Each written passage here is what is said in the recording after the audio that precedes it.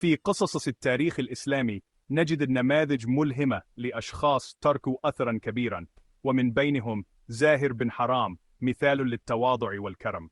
كان زاهر رجلا بسيطا من أهل البادية، لكن بساطته كانت مليئة بالإيمان وحب النبي محمد صلى الله عليه وسلم. تواضع زاهر بن حرام لم يكن مجرد صفة عابرة، بل كان جزءا أساسيا من شخصيته.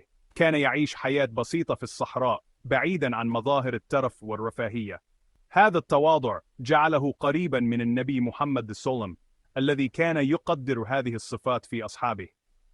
الكرم الذي كان يتمتع به زاهر بن حرام لم يكن مجرد توزيع للماديات، بل كان يعبر عن حب عميق للناس ورغبة في مساعدتهم. هذه الصفات جعلت زاهر محبوبا لدى النبي صلى الله عليه وسلم، الذي كان يراه نموذجا يحتذى به في التواضع والكرم. في النهاية، يمكننا أن نتعلم من حياة زاهر بن حرام أن التواضع والكرم هما من أعظم الصفات التي يمكن أن يتحلى بها الإنسان، وأنهما يمكن أن يفتح أبواب المحبة والاحترام في قلوب الناس. عاش زاهر في الصحراء، حيث تعلم الصبر والاعتماد على نفسه في بيئة قاسية، ورغم ذلك كان قلبه مليئا بالطيبة والكرم. كان زاهر ينتمي لقبيلة بني أسد المعروفة بالشجاعة والكرم، فتعلم منهم الدفاع عن الضعيف ومساعدة المحتاج. ورغم أنه لم يتعلم القراءة والكتابة، إلا أن حكمته وفطنته جعلته مرجعا في قبيلته. في يوم من الأيام سمع زاهر عن النبي الجديد في مكة، فقرر الذهاب لرؤيته.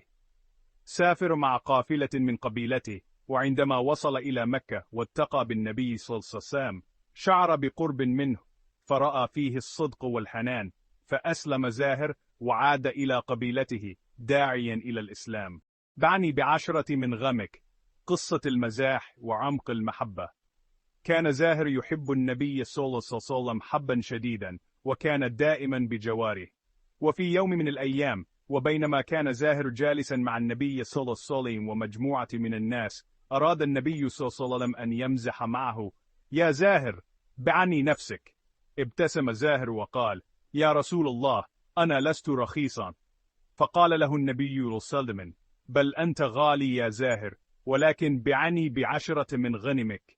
فقال زاهر: بل أنت أغلى من ذلك يا رسول الله، ولكن بعني ب100 من غنمك. فقال له النبي جنن: بل أنت أغلى من ذلك يا زاهر. فقال زاهر: فإني قد بعثت نفسي لك يا رسول الله. فضحك النبي صلى الله عليه وسلم وقال: ولكني قد اشتريتك يا زاهر، فأنت حر لوجه الله. ومنذ ذلك اليوم أصبح زاهر من أحباب النبي صلى الله عليه وسلم، وكان يفتخر بذلك كثيرا. بساطة الصحراء وصدق الإيمان، دروس من حياة زاهر.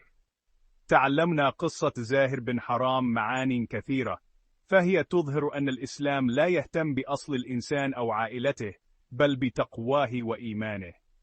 فزاهر بالرغم من بساطته استطاع أن ينال حب النبي صلى الله عليه وسلم بفضل إخلاصه وحسن أخلاقه. كما تبرز هذه القصة أهمية التواضع في الإسلام، فزاهر كان مستعدا للتضحية بنفسه في سبيل الله ورسوله، وهذا يدعونا للتفكير في معنى التواضع الحقيقي، وأن نحاول أن نجعله أسلوب حياتنا.